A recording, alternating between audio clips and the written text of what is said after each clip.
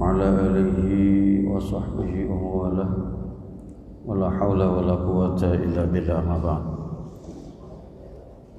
Bapak-bapak, ibu-ibu sekalian, jamaah salat subuh rahimakumullah, alhamdulillah berlanjut ya. Dan tren yang berlaku bukan tren turun, naik. Kemarin nambah 2.400-an, apa 2.200 saya lupa. Artinya tetap waspada. Ya. Ini sebagian masyarakat kita tidak paham bahwa ikhtiar itu bagian dari sunnatullah yang sudah Allah gariskan. Dalam ibadah, dalam muamalah, tentu kita semuanya diminta untuk selalu memperhatikan keselamatan kita bersama. Mudah-mudahan kita senantiasa dilindungi oleh Allah Subhanahu wa taala sehingga terhindar dari wabah.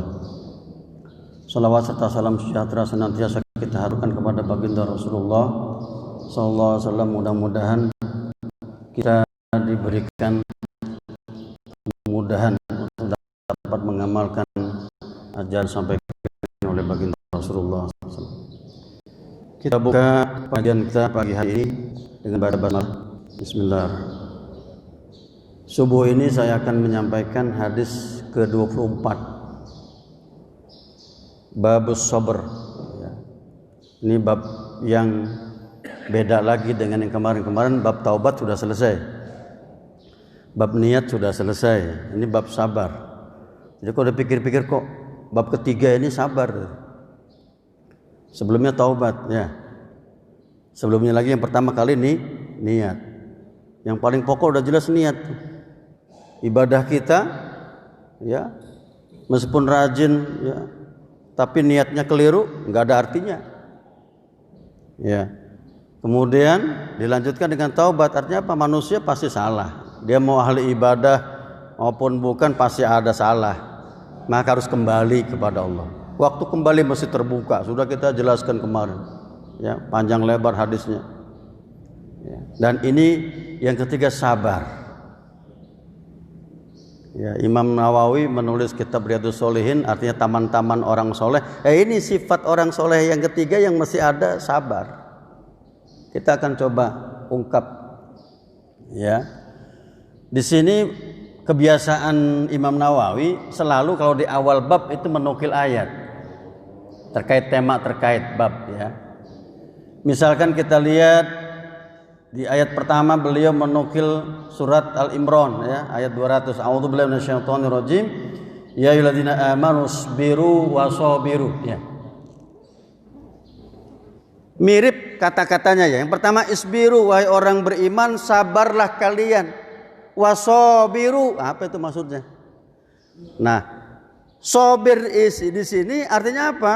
Ini mutawa'ah biasanya. Mutawa'ah itu ada efek dari sebelumnya. Artinya bersabarlah kalian dan tetaplah kalian bersabar. Nah itu nih, tetapnya ini konsistennya. Awal sabar Pak Ustadz, pertengahan agak kurang, terakhir udah hilang sabar saya. Nah ini berarti nggak sabar. Ya, jadi ayat ini meminta kita memulai dengan sabar, terus konsisten dengan kesabaran.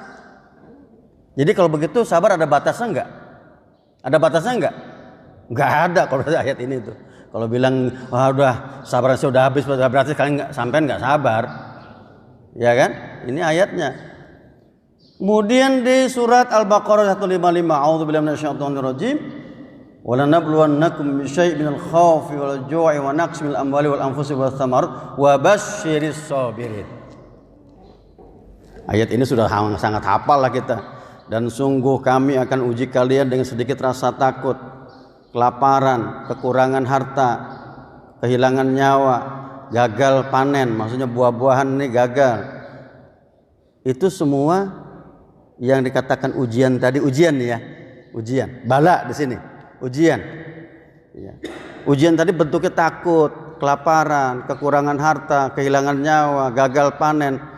Berikan kabar gembira bagi orang yang sabar yang dalam menghadapi ujian-ujian seperti ini. Nah, kira-kira ini wabah pandemik ya, bagian dari ujian bukan? Ujian. Bagi kita ujian, Pak. Ya. Jadi itulah bedanya antara musibah, meskipun ayat lanjutannya itu apa? Alladzina idza asabathum musibah tuh. Ya. Kok dibedakan ya? Ayat pertama pakai bala, yang kedua musibah. Musibah kan lebih identik sesuatu yang tidak menyenangkan, ya, musibah. Ya, selalu menggunakan kata istirja, innalillahi. Nah, maksudnya kalau bala itu kadang-kadang ada yang ringan, ya kan, orang nggak berasa. Ya, contohnya orang kehilangan duit 1.000, itu enak nggak? Berat nggak? 1.000 rupiah, 2.000 tadi hilang. Tapi udah hilangnya 1 miliar. Wah, berat kan? Nah, berat begini goncang dia, musibah. Ya. Jadi bala itu bagian musibah itu bagian dari bala. Levelnya udah berat. Kalau yang saya tahu ya dari pemahaman sini. Ya. Wa basyir sabirin, beritakan kabar gembira pada orang-orang sabar. Dilanjutkan ayatnya. Kemudian di ayat Az-Zumar ayat 10 ya, surat Az-Zumar 10. A'udzubillahi minasyaitonir rajim. Innama yuwaffas sabiruna ajrahum bighairi hisab. Nah ini dia. Innama yuwaffas sabiruna ajrahum. Sesungguhnya orang-orang sabar akan diberikan ganjarannya bighairi hisab, tanpa hitungan. Loh di mana? Wah, ini enggak dijelaskan di mananya. Artinya umum, bisa di dunia, bisa di akhirat. Ya. Kesulitan apapun itu pasti ada jalan keluar loh. Yang bilang bukan saya, itu Allah, itu dalam surat apa? Al-Insyirah, Alam Nasrah ya. Inna ma'al usri yusra wa inna ma'al usri yusra. 2 ayat diulang tapi ada maknanya. Kata al-usr itu namanya ma'rifat, ada alif lamnya. Diulang berapa kali pun maknanya tetap satu. Tapi kata yusron, kemudahan, itu menggunakan nakirah. Semakin banyak diulang, semakin nambah jumlahnya. Artinya apa? Satu kesulitan selalu Allah sertakan dengan 2 kemudahan. Jadi jangan takut. Sekarang oke, kita susah nih, ya, usaha susah, di kantor repot, ya, di rumah pusing. Kenapa? Anak, ya, sekolahnya daring, ya. Udah nguras dompet, nguras pikiran, ibunya jadi stres, lebih galak dari gurunya. Ya, anak tuh nggak mau belajar, ternyata jadi guru susah, ya kan? Nah ini, ya, bighairi hisab, nanti aku akan berikan waktu sebagai imbalan kesabaran kita sekarang ini. Insya Allah nanti, ya, entah itu nanti hilang coronanya, ya, atau ketemu vaksinnya, kita tahan terhadap corona dan seterusnya. Dilanjutkan ada surat Asy-Syura ayat 43. A'udzubillahi minasyaitonir rajim. Wa liman sabara wa ghafar inna dzalika lamin azmil umur. Ya, barang siapa, ya, sungguh barang siapa yang sabar wa ghafar. Ghafar di sini bisa berarti beruntung, ya.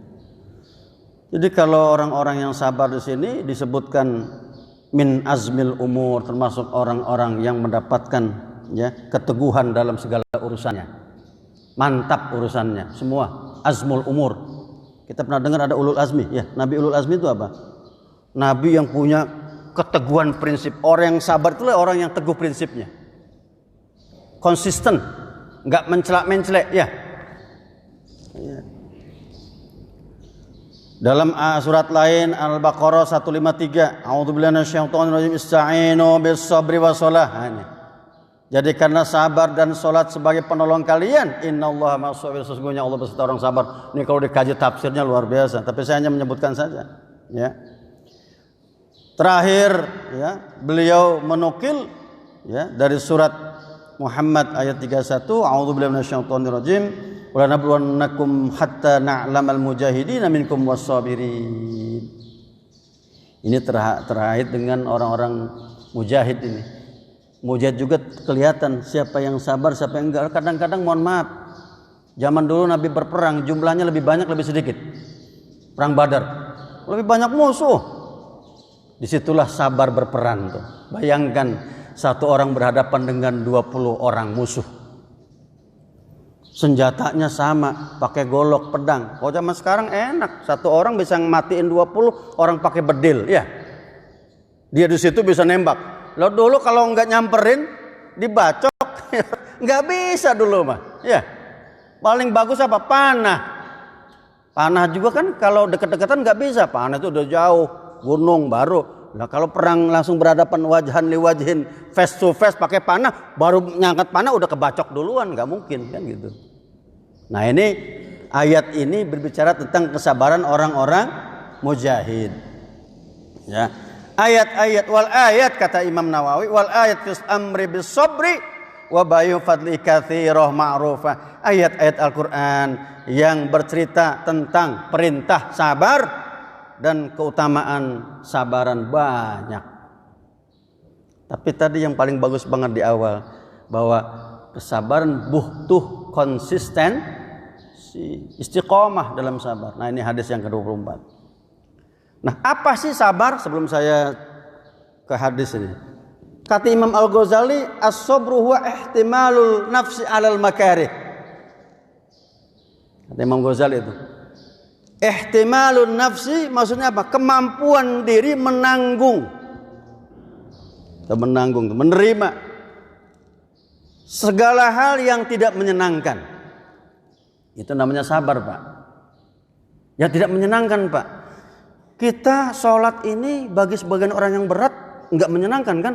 Lagi enak-enak nonton bola, datang suara azan asar ya, ya kan? Wah kita rehat dulu. Lagi asik-asik dagang, tahu-tahu ada azan zuhur ya, skor enggak? Wah nanggung lah. Ini kan godaan berat, nggak enak. Makanya puasa juga sebagian besarnya berisikan apa? Tentang kesabaran, ninggalin makan, ninggalin minum. Iya kan? Ninggalin makan minum kan enggak suka kita. Tapi kalau dibilang menghabiskan ya satu paket makan enak-enak, ada sate, ada gulai, ada makanan seafood, itu butuh kesabaran enggak? Sabar saya ngapain di depan meja makan saya sabar. Itu sabarnya bukan sabar yang dimaksud. Ya itu mah enak suka orang.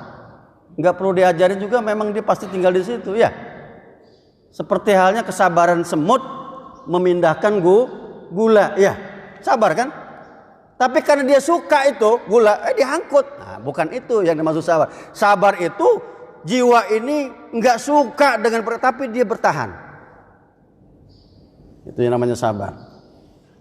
Makanya Imam Al-Ghazali membagi sabar ada 3. As-sabru ya ala ta'atillah, sabar taat kepada Allah. Nah termasuk sholat nih, menjaga sholat 5 waktu ya, dari subuh sampai isya, komitmen terus, ini sabar. Makanya menjaga sholat 5 waktu itu bagian dari kesabaran kita ya. Yang kedua as-sabru ya an maksiatillah, sabar dari perbuatan maksiat. Puasa kita nggak mau melakukan perbuatan maksiat, komitmen tidak mencuri, komitmen tidak berzina, komitmen tidak menipu orang, komitmen meninggalkan perbuatan maksiat. Itu juga bagian sabar dan dia mendapatkan pahala selama itu. Jangan dipikir hanya orang sholat dapat pahala. Orang yang komitmen tidak melakukan maksiat dapat pahala setiap saat itu. Sebagaimana hanya ibu-ibu datang bulan enggak sholat, dia enggak puasa ya kan, karena dilarang. Dia komit, ya sudah dapat pahala. Makanya kalau sudah datang bulan meskipun 10 menit lagi mau beduk maghrib, batalkan. Itu perintah agama ya. Jangan sayang banget tadi malam sahurnya enak-enak lagi gitu kan, tahu-tahu sekarang 10 menit lagi beduk maghrib, batalkan. Itu dapat pahala, justru dapat dua-duanya dia. Satu, dia membatalkan karena ikuti perintah agama. Yang kedua, sebelumnya dia memulai puasa karena perintah agama. Itu Bu ya, supaya paham tuh, jangan menganggap rugi banget. Betul kita diminta untuk mengulangi puasanya, maksudnya apa? Diqadha di hari lain. Tapi hari itu Allahu a'lam.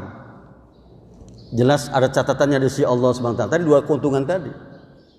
Nah, itu.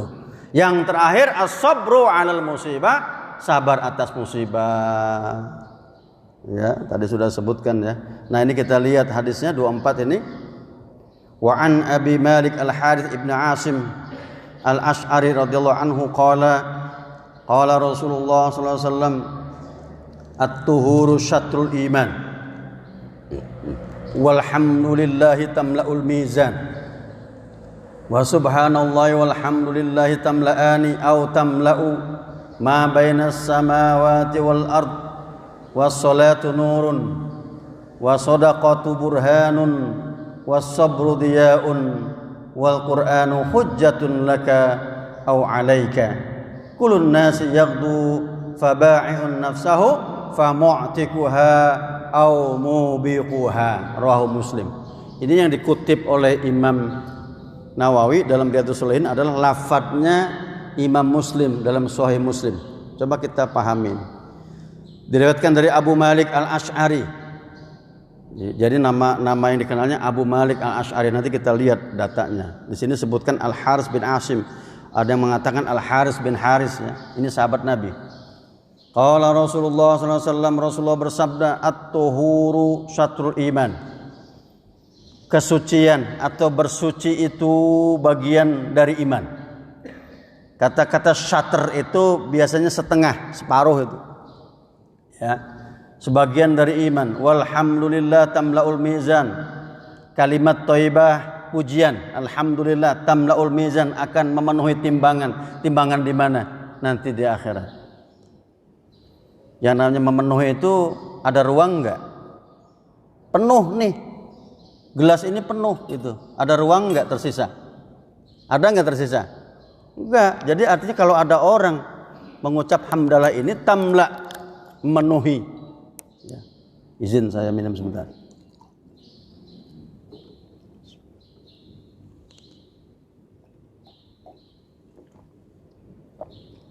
Wa subhanallah walhamdulillah. Kalimat tasbih subhanallah maha suci Allah walhamdulillah diulang lagi nih. Ya. Kedua-duanya memenuhi au tamla atau memenuhi ya. Ma bainas samawati wal ard, antara langit-langit dan bumi. Oh, langit-langit nih. Kita dengar ada 7 lapis lah langit. Sampai sekarang belum ada yang bisa menjelaskan batasan langit itu kemana. NASA yang sebegitu canggihnya dengan alat-alat antariksanya belum bisa mendefinisikan langit yang sesungguhnya, sulit ya, karena kita masih terbatas. Was-sholatu nurun, salat itu cahaya. Was-shadaqatu burhanun, dan sedekah itu bukti, burhan, bukti. Nanti kita jelaskan. Was-sabru diya'un, dan sabar itu dia sinar. Beda nggak sinar dengan cahaya? Kalau cahaya itu adem Pak, cahaya lampu. Ya, meskipun ada menggunakan cahaya matahari, tapi sebenarnya beda. Nurun itu cahaya yang sifatnya lembut, tapi kalau dia itu cahaya yang kuat, sinar maksudnya. Was-shadaqatu was-sabru diya'un, dan sabar itu sinar, cahaya yang kuat. Ya, makanya mufrad dari dia itu selalu dikaitkan dengan cahaya matahari. Wal Qur'anu hujjatun laka aw 'alaika, dan Quran itu menjadi hujjah bagimu atau atasmu. Artinya bisa menjadi pembela atau justru yang menuntut. Nah, iya kan? Di akhirat, kulun nasi yaghdu, setiap orang akan pergi. Kita akan pergi, Pak. Perginya kemana? Ya ke alam akhirat, ke alam kubur. Faba'i'un nafsahu, ada yang menjual dirinya lillah, ya. Famu'tikuha, maka dia membebaskan dirinya dari api neraka. Au mubikuha, ada yang menjual dirinya kepada setan, maka akan menjerumuskan dirinya ke dalam neraka. Rawahu Muslim. Coba kita lihat, ini maknanya sudah saya jelaskan tadi. Nah, ini hadis ini setelah saya cek lafaz tadi at-tuhuru syatrul iman. Ya. Itu lafaznya Imam Muslim ini di Sahih Muslim. Tapi Imam Tirmizi beda lagi. Lafadznya apa? Al-wudu syatrul iman. Wudu sebagian dari iman. Beda kan? Beda. Di Imam Muslim hadis ini diletakkan di bab fadlil wudu, keutamaan wudu, ya. Sama juga di Tirmizi, ya. Kemudian ada juga di Imam Nasai, ya, dengan nomor hadis ini yang sudah saya jelaskan, babnya zakat. Tuh, bab zakat beda ya. Tadi bab wudu. Loh, kok Imam Nasai malah meletakkan hadis ini di bab wujubiz zakat? Bab zakat, wajibnya zakat, dengan lafaz yang beda, isbagul wudu syatrul iman, menyempurnakan wudu bagian dari iman. Beda. Nah, di sinilah kita harus paham nih. Hadis ini banyak redaksinya. Yang keempat, maaf bukan ketiga. Keempat dari Imam Darimi, ya, Sunan Darimi. Ya. Babu ma jaa fit tuhur. Nah, ini mirip dengan hadisnya. Ya. Bab menjelaskan tentang suci, ya. Di Muwatta Malik tidak saya temukan, ya. Di Imam Ahmad, maaf tadi saya nggak hapus. Imam Ahmad dijumpai dengan kalimat yang sama dari Imam Muslim, semuanya dari Abu Malik Al-Asy'ari, ya. Siapa Abu Malik Al-Asy'ari? Ini hadis nggak ada di Sahih Bukhari. Kok bisa tadi? Iya. Karena perawi-perawi di sanad ini bukan, ya, bukan bagian kriteria Imam Bukhari dalam Sahih, tapi ada, bukan di Sahihnya, di kitab tarikhnya Bukhari. Makanya rumusannya khota, itu maksudnya apa? Hadis ini atau perawinya ada dalam kitab tarikhnya Imam Bukhari. Jadi jangan berpikir Imam Bukhari cuma satu doang kitabnya, Sahih Bukhari banyak. Dan maaf, di luar Sahih Bukhari, hadis-hadisnya Imam Bukhari juga ada yang dhaif, mohon maaf. Ya tahu, ya. Jadi jangan punya anggapan, pokoknya riwayat di mana dulu riwayatnya. Kalau di Tahrir ada yang dhaif. Iya. Jangan beranggapan bahwa wah, ini Bukhari pasrah sahih semua, enggak juga. Imam Muslim juga ada, di luar Sahih Muslim ada hadis-hadis yang tidak digunakan, ya. Nama daripada sahabat Nabi ini adalah Abu Malik Asy'ari. Lahu suhbah. Nah, lahu suhbah itu maksudnya apa? Dia punya pengalaman sebagai sahabat Nabi. Kok dibilang lahu suhbah? Apa bedanya lahu suhbah dengan sahabiyun? Kalau dibilang lahu suhbah oleh para ulama, artinya kurang terkenal. Ya. Sahabat Nabi, kenapa kata ulama orang ketemu Nabi cuma ketemu sekali nih, beriman kepada Nabi, maksudnya masuk Islam, itu udah sahabat, baru sekali doang. Mulianya, ya, bertemu dengan Nabi. Ya. Tapi kalau seperti Abu Bakar, Umar, maka dibilang sahabiyun kibar, ya. Ya, sahabat Nabi, pembesarnya sahabat Nabi, ya, karena sering dan udah diakui. Lah ini banyak orang yang ragu nih, lahu suhbah. Ya udah sahabat aja dia. Makanya nggak begitu banyak tentang biografinya. Namanya Ismu Al-Haris bin Haris, ya. Tadi Imam Nawawi mengatakan Al-Haris bin Asim, ya silakan. Ada yang mengatakan bin Asim. Ya. Dikatakan sebagai sahabat, ya, Nabi di sini. Kemudian beliau ini wafat pada zaman Khalifah Umar bin Khattab. Nah, ini nggak banyak, nggak perlu saya jelaskan. Ya. Nggak ditemukan banyak tentang biografinya. Nah, hadis ini coba kita lihat. Ya. At-tuhur syatrul iman. Dalam riwayat Imam Tirmizi al-wudu syatrul iman. Dalam riwayatnya Nasai isbagul wudu syatrul iman. Sebetulnya yang ulama lebih banyak menekankan tuhur. Tuhur itu suci, bersuci. Dan bersuci bukan hanya wudu, ya. Bisa juga mandi, suci enggak? Bertayamum suci enggak? Suci. Tapi yang membersihkan itu yang pakai air. Inilah sebetulnya hadis yang sahih dalam pengertian kebersihan sebagian dari iman, bukan an-nazafatu minal iman. Enggak ada an-nazafatu minal iman dari hadis itu. Enggak dikenal di kalangan ahli hadis. Kita kan sering dengar tuh, sampai tukang cuci mobil di jalur 2 ini saya lihat nulis itu ada banner gitu. An-nazafatu minal iman. Oh, boleh juga lah, enggak apa-apa itu pakai dalil, ya. Iya, sekarang kan udah pakai dalil semua, tukang dagang juga pakai dalil kan. Iya. An-nazaf itu bukan hadis, sebetulnya lafadznya enggak begitu. Yang lafadznya benar itu at-tuhuru syatrul iman. Ya. Ada yang mengatakan itu hadis juga tetapi enggak sahih ya. Kebanyakan ulama hadis enggak mengaku itu hadis an-nazafah, tapi lafaz yang benar at-tuhuru syatrul iman, kesucian, kebersihan bagian dari iman. Tapi tuhur ini ada yang mengatakan dua makna, makna zahir dengan makna batin. Kok yang dijelaskan di sini wudu? Karena wudu bisa merangkum dua makna. Iya. Pertama, ketika kita wudu bersih nggak anggota badan kita? Bersihlah dari muka ya, apalagi kedua tangan, terus apa lagi? Sebagian kepala, terus apa? Ya, yang sunah-sunahnya hidung, telinga, ya. Dan terakhir yang wajib itu adalah kaki, bersih.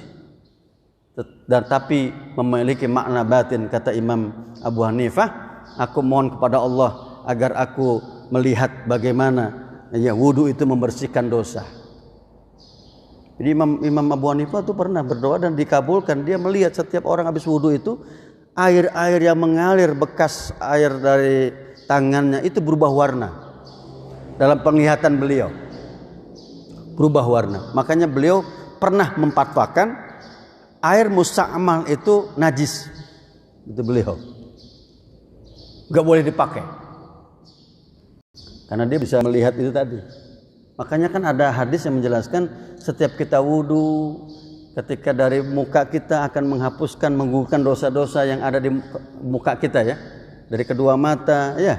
Ketika memasukkan air ke dalam hidung akan menghapuskan dosa-dosa yang ada di hidung kita. Kemudian ketika kita berwudu ke bagian tangan akan menghapuskan dosa-dosa di tangan kita. Nah, itu. Jadi wudu ini lahir dan batin. Ya. Meskipun sebagian orang mengatakan nazafah tadi yang saya sebutkan itu lebih cenderung ke lahiriah. Tetapi Islam melihat bahwa lahir zahir itu penting. Ya. Bagaimana dia ingin mengatakan saya ini muslim? Ya. Yang percaya kepada Allah dan Rasulnya tetapi penampilannya mohon maaf tidak mencerminkan. Ya tidak suka kebersihan, pakaiannya asal-asalan, kotor. Ya. Ini justru bertentangan dengan ajaran agama kita dan Nabi luar biasa sudah mencontohkan kepada kita. Beliau orang yang sangat rapih, penampilan rapih, hidupnya bersih. Padahal Nabi dari karangan orang Arab loh ya, mohon maaf.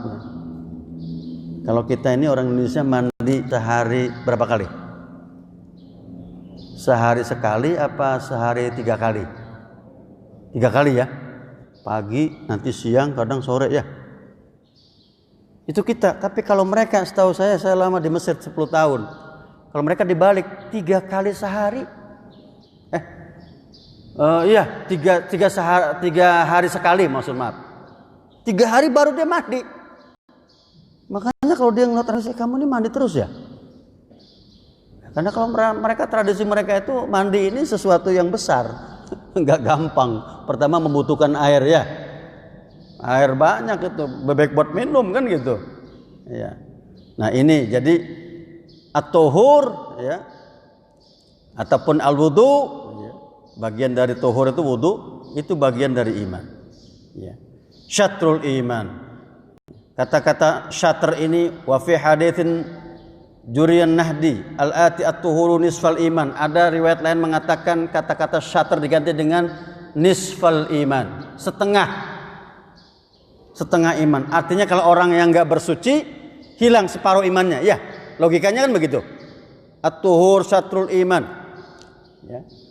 Kesucian setengah dari iman. Berarti kalau orang tidak bersuci, berarti separuhnya sudah hilang. Qala an-Nawawi, ikhtilafal ulama fi ma'nahu, faqila ma'nahu annal ajra fihi yantahi tad'ifu ila nisfi ajli iman. Bahwasanya ulama berpendapat makna hadis ini at-tuhuru syatrul iman, orang ketika berwudu mau sholat sudah mendapatkan pahala separuh iman. Jadi luar biasa, makanya kalau enggak wudu kita enggak sah sholatnya itu. Karena sudah ada pahala separuh. Ya.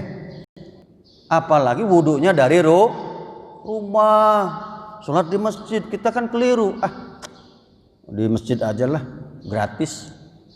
Padahal hadis yang Nabi sampaikan, apabila seorang berwudu kemudian dia jalan kaki dari rumah menuju masjid, setiap langkahnya mengangkat derajatnya, ya, di sisi Allah. Di samping itu juga setiap langkahnya akan mengampuni dosa. Itu maksudnya apa? Dalam keadaan suci dari rumah. Biasakan gitu Pak, wudu itu. Ya kalau batal baru wudu di masjid. Ya, jangan dibiasakan wudu di masjid kalau di rumah. Ya, saya kalau ke masjid di rumah juga, di perumahan itu ya dari rumah wudu. Ya kalau batal baru wudu di masjid, kecuali kita dalam perjalanan, ya kita mampir ya wudu di situ. Karena kita ingin mendapatkan keutamaan tadi. Ya. Wa qila ma'nahu anal iman yajubba ya ma qabla min khotoya ya. Maknanya juga dipahami bahwasanya iman itu menggugurkan dosa-dosa sebelumnya, wa kadzalikal wudu, begitu juga wudu. Nah. Tadi kita nanti nih habis kuliah subuh ini kita keluar kemana, entah ke pasar, dagang, kemana ngapain, nanti datang sholat zuhur kita berwudu, itu akan sudah menggugurkan dosa-dosa kita dari setelah subuh nanti. Ya. Illa annal wudu la yasihu illa mal iman. Nah, tapi perlu diingat wudu tidak bisa kecuali dengan iman. Orang-orang non muslim nggak bisa wudu, Pak. Sama-sama gerakannya tapi bukan wudu, ya. Nah ini walhamdulillah tamlaul mizan, maknahu izamu ajriha wa annahu yamla'al mizan wa qad tadhaharat nusul Quran wa sunnah ala waznil iman wa saqlil mawazin wa khiffatiha. Nah ini perlu diingat bahwasanya kata-kata pujian kepada Allah, ya, kita baca subhanallah walhamdulillah, ya. Ini kalimat-kalimat thayyibah meskipun ya dianggap ringan, remeh, tetapi luar biasa. Karena Nabi pernah jelaskan tuh, kalimatani khafifatani 'alal lisan saqilatani fil mizan. Ya, subhanallah walhamdulillah, dua kalimat yang ringan diucapkan lidah kita tetapi berbobot dalam timbangan nanti di akhirat. Dua kata itu subhanallah dengan alhamdulillah. Ini disebutkan. Makanya tamla'u, memenuhi, tadi saya bilang, yang memenuhi berarti apa? Memberatkan. Penuh, tidak ada ruang. Bagaimana tentang timbangannya? Wallahu alam, kita enggak tahu. Jangan memikirkan masalah timbangan di akhirat. Timbangan di tukang dagang aja susah kita pikirin, ya. Ngakunya sekilo ternyata kurang, ya. Tamla'ani au tamla, ya, syakkun minar rawi. Nah, ya, ini perawi kadang-kadang ragu deh. Dilanjutkan di situ ma bainas samawati wal ard, maknahu annahu law qaddara thawabuhuma jisman. Kata Imam Nawawi, seandainya pahala dari kalimat thayyibah tadi subhanallah walhamdulillah, ya, itu dibentuk seperti fisik, akan memenuhi ruang antara langit-langit dan bumi. Banyak banget, gede, memenuhi ruang. Dan perlu Bapak Ibu ingat, kalimat thayyibah ataupun zikir baca Quran yang kita ucapkan nih dengan zahr, ya, jahr ini, itu sebetulnya nggak hilang Pak, terus dia akan berputar mengelilingi alam semesta ini. Itu sebabnya ketika Neil Armstrong itu, ya, turun di bulan mendengar suara azan, itu bukan azan dari doa langsung subuh nyampe bulan, enggak. Itu azan yang mungkin ratusan tahun yang lalu, puluhan tahun yang lalu, yang berputar-putar akhirnya singgah frekuensinya di bulan. Begitu Pak. Makanya perumpamaan Al-Quran, kalimat thayyibah, kalimat yang baik, itu kan seperti pohon, ya kan, punya akar kuat di bumi, menjulang tinggi, tembus ke langit, kan gitu. Paham nggak maksudnya? Sedangkan kalimat khabisah dalam Al-Quran, kalimat buruk, nggak punya akar dia, tapi tetap tinggi. Berubuh nggak? Rubuh. Maka kalau kita sering mengucapkan kata-kata baik, kalimat thayyibah, baca Quran, itu akan terus tembus, dia berakar di bumi, juga tembus ke langit itu. Maksudnya apa? Diabadikan. Karena ketika itu kalimat yang kita ucapkan berputar dalam frekuensi suara, didengar malaikat, maka mereka akan mendoakan, ya Allah si fulan berzikir. Terus begitu Pak. Tamla'ani, memenuhi. Ya. Jadi baru ketemu sekarang ternyata suara itu tidak hilang Pak. Dia beredar. Ya. Konon, ini mohon maaf saya belum pernah baca di satu jurnal. Pernah ada orang Amerika ilmuwan menemukan alat pendeteksi suara lampau, suara masa lalu. Jadi bisa disetel Pak. Oh, saya ingin mendengar abad sekian suara-suara. Jangan-jangan ketemu suara Nabi nanti. Ya, bahaya itu Pak. Makanya dirahasiakan. Saya pernah baca. Allahu a'lam. Wassalatu nurun. Ya, jadi itu ya. Menggaung terus kalimat-kalimat. Maka jangan pernah bosan kita. Tapi yang kalimat zaharnya Pak, kalau yang di dalam hati mah enggak keluar lah. Ya. Wassalatu nurun, salat itu cahaya, maknau annaha tamna'u minal ma'asi wa tanha 'anil fahsya'i wal munkar wa tahdi ila shawab. Artinya salat cahaya, artinya akan melarang, ya, membentengi orang-orang yang salat dari perbuatan maksiat, perbuatan keji dan munkar, dan selalu mengarahkan kepada kebenaran. Yakinlah ketika ada anak kita mungkin agak nakal, tapi dia komit dengan sholat, insya Allah lama-lama akan dibawa sholatnya kepada yang baik. Gitu loh Pak. Makanya Nabi itu dulu ketika ada orang mau masuk Islam, cuma satu yang udah kamu sholat aja. Nabi saya belum bisa, dia sholat aja udah, sholat. Pegang sholatnya.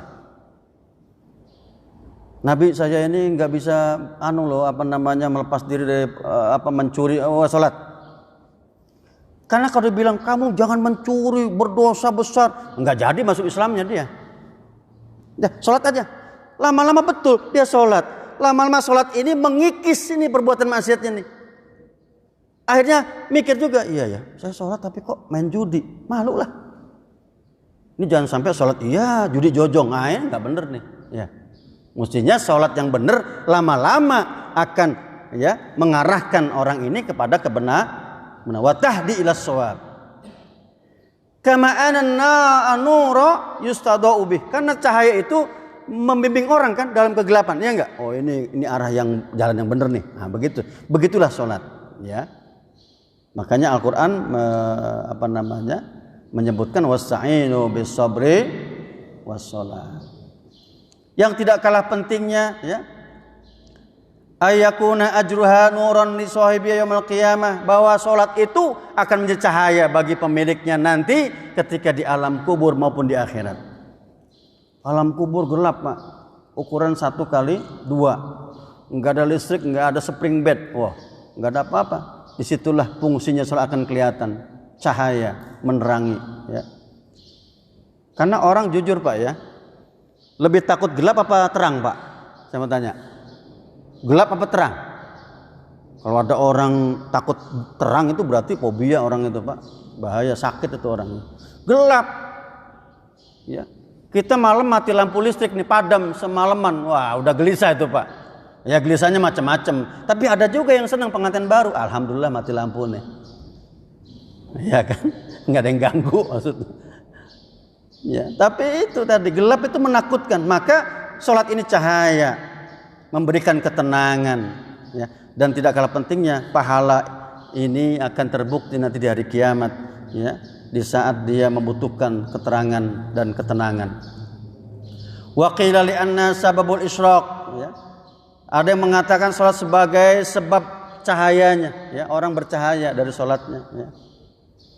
Kelihatan dari mukanya dan seterusnya. Was shadaqatu burhan, sedangkan sedekah itu adalah, ya, bukti. Bukti ini maksudnya apa? Ketika orang itu mengatakan beriman, dia bakhil, maka belum membuktikan keimanannya. Tetapi burhan di sini artinya yafza ilaiha kama yafza ilal barahin. Artinya bukti ini apa? Di saat nanti Allah bertanya di akhirat, kamu muslim enggak? Mana buktinya? Ini sedekah. Di alam kubur juga begitu. Ini buktinya sedekah. Ya. Jadi banyak orang enggak selamat, dia rajin sholat tetapi bakhil, akhirnya tidak ada bukti untuk membuktikan keimanannya di hadapan Allah karena tidak ada burhan tadi, ya. Iya. Makanya dikatakan ka'annal 'abda idza su'ila yaumil qiyamah an masrafi mali kanat shadaqatu barahin nanti dari kiamat ketika ditanya tentang hartanya dipakai untuk apa, maka sedekah itulah buktinya. Was-sabru diyaun, maknau as-sabrul mahbub fi syar'i was-sabru ala taatillah was-sabru an ma'siyatih. Ya. Sabar itu sinar yang terang. Artinya 3 hal tadi disebutkan oleh Imam Al-Ghazali akan bisa mengarahkan orang untuk konsisten ibadah. Yang kedua akan konsisten meninggalkan maksiat. Yang ketiga akan konsisten ya dalam menghadapi musibah dengan keteguhan hati ya. Nah ini yang perlu dipahami oleh kita. Makanya dikatakan oleh Ibrahim Al-Khawas, as-sabru huwa tsabatu al-kitab wa sunnah, yang paling pokok yang nanya sabar kita berpegang teguh kepada Al-Qur'an dan hadis Nabi. Ya. Nah, ini yang terakhir, wal Qur'anu hujjatun laka wa 'alaika. Ya. Ada orang nanti yang dibela Al-Quran. Siapa itu? Yang senantiasa membacanya bahkan mengamalkannya. Ada orang yang meninggalkannya, maka yang membacanya mengamalkannya dia akan dibela. Sedangkan yang tidak mengamalkannya bahkan membiarkannya meninggalkannya Al-Quran hanya sebagai hiasan di rumah, nah, ini akan dituntut oleh Al-Quran.